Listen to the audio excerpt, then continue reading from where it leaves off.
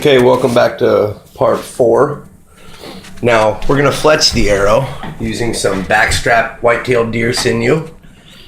And you want to use the longest pieces that you can get. I've got a piece in my mouth that I've been chewing on. And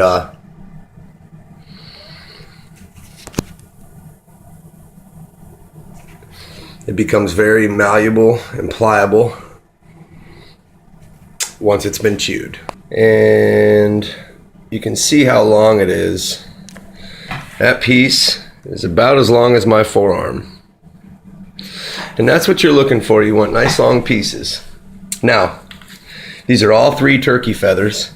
One of them I got from Crazy Crow Trading Post and it's dyed black. I'm going to use that for the cock feather.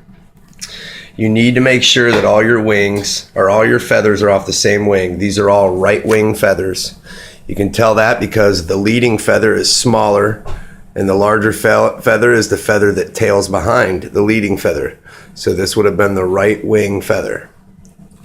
These are primary feathers, meaning the feathers that are out in the front of the wing and are the longest feather. This one is actually one of the it's the last primary, and after this feather comes all the secondary feathers. And here is what a secondary feather looks like. You can use secondary feathers with primary feathers if you want. You can definitely use secondary feathers to make arrows.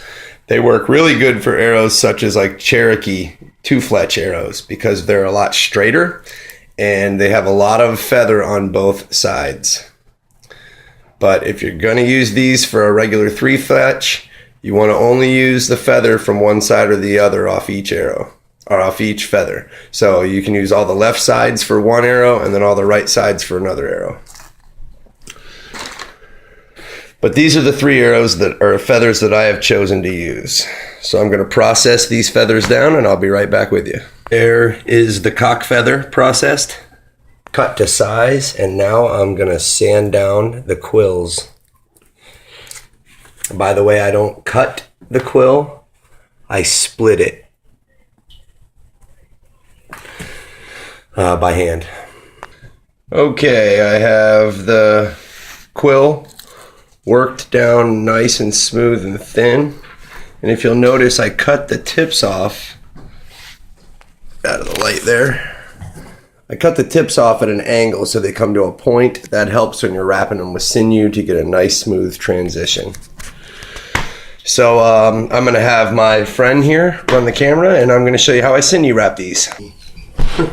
Down here at the arrow. Alright, so this is how you sinew wrap an arrow.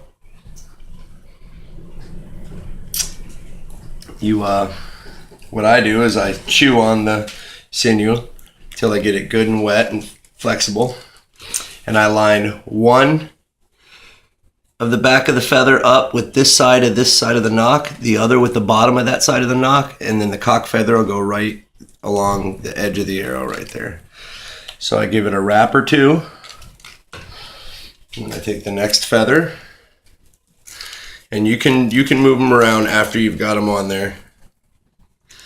So I just get them on, get them close, but basically get them on. Okay, a wrap or two there. So the back of the feather is being held down like it's supposed to. Again, it's not permanent, but you want to try to get it close. That's where I want that sucker to be. Okay, and then the cock feather. Just stay right on the arrow, honey.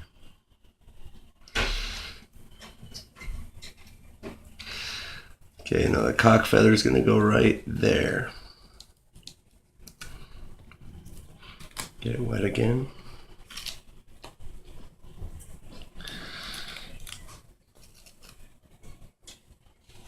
Okay. And you pull it kind of tight. And then you straighten them where you want them. And then you continue wrapping. all the way till the sinew's out.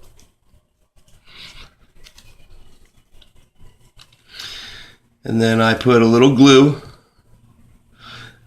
Typically I like to use hide glue for this, but I don't have any right now, so I'm just going to use wood glue.